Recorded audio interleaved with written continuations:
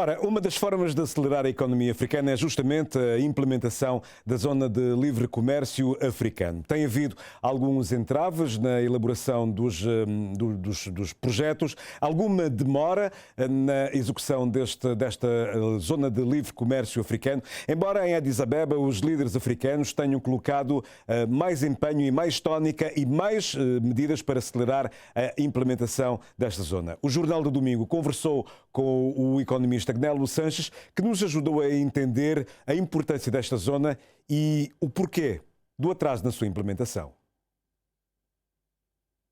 Há 3 anos, no meio de um clima de otimismo, os líderes africanos lançaram oficialmente uma nova zona de comércio livre em todo o continente, após 17 anos de negociações. O Acordo de Livre Comércio Continental Africano é visto como o maior acordo de comércio livre do mundo em termos de população, reunindo 54 dos 55 países africanos, sendo a Eritreia o único Estado que fica de fora. O plano é aumentar o comércio intra-africano em 60% até 2034, eliminando quase todas as tarifas, criando um bloco económico de mais de 1 bilhão de consumidores com um produto interno bruto combinado de 3,4 trilhões de dólares. Segundo os cálculos do Banco Mundial, a implementação efetiva do acordo tiraria 50 milhões de africanos da pobreza extrema e aumentaria os rendimentos em 9% até 2035, de acordo com o Banco Mundial. No caso de Cabo Verde, uma economia insular, afastada do mercado continental, com os problemas de transportes com o continente, uma economia que importa mais do que exporta e que está centrada nos serviços, o mercado único poderá ser benéfico para o crescimento económico. A ideia não é fazer um bloco para fecharmos, não. O mercado é livre. Agora, o facto de termos um mercado grande africano, podermos competir mesmo com a Europa e com os Estados Unidos em alguns produtos, isso faz crer que o mercado africano desenvolve, os países africanos beneficiarão desse mercado e a competição entre os mercados conduz à eficiência económica. Mas há, à partida, um grande ganho que tem a ver com a diversificação do nosso mercado importador e podermos beneficiar de importação mais baratas dentro do bloco.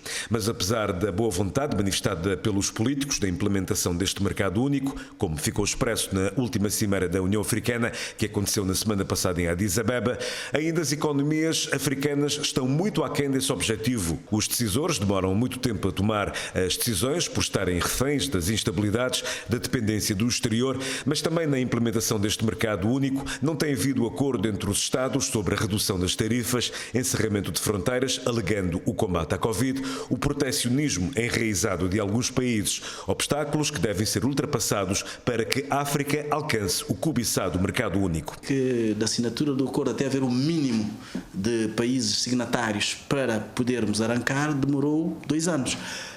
De modo que houve décadas de negociações.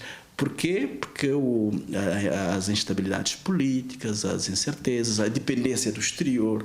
Nós antes disso tivemos a discutir a parceria económica com a União Europeia, que é o livre comércio também com a União Europeia, num contexto muito mais amplo, que não teve grandes evoluções, mas continua-se também ancorada a esse processo à África. Mas para dizer que isso é que essa nossa lentidão tem a ver com a nossa própria situação económica, nível de desenvolvimento e também a questão da organização política dos Estados. Mas será que os africanos não poderiam encurtar caminho e absorver de que forma os obstáculos para a implementação dos mercados únicos entre países foram ultrapassados? Por exemplo, o da União Europeia, que tem apoiado os Estados africanos na elaboração das normas para criar este mercado único africano. Cópia não dá. Alguns agrupamentos regionais de integração, os chamados como a CDAO, as regionais da África Ocidental, da África Oriental, da África Central, tentaram em alguns momentos imitar o que se passou na União Europeia, mas são realidades diferentes.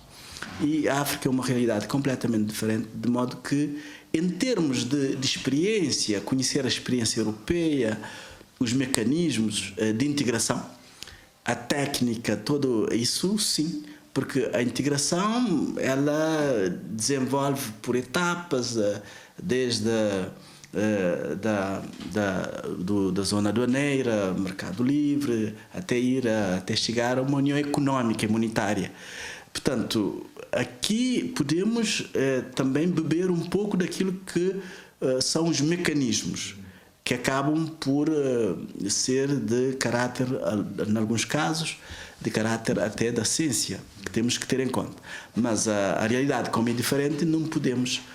aquilo que eu falei há bocado, que é a convergência normativa que precisamos, que também a Europa precisou e fez, podemos ver como é que eles fizeram e tentarmos também, mas tendo em conta a nossa realidade. Quase 4 anos desde o seu lançamento, a área de comércio livre continental africana continua a estar milhas atrás do seu objetivo de uma única grande zona comercial, embora 44 países tenham até agora depositado os seus documentos de ratificação, entre eles Cabo Verde. O secretário-geral deste mercado comum quer ver esse processo acelerado porque os acontecimentos geopolíticos tornaram-no um imperativo urgente para a ações apressadas.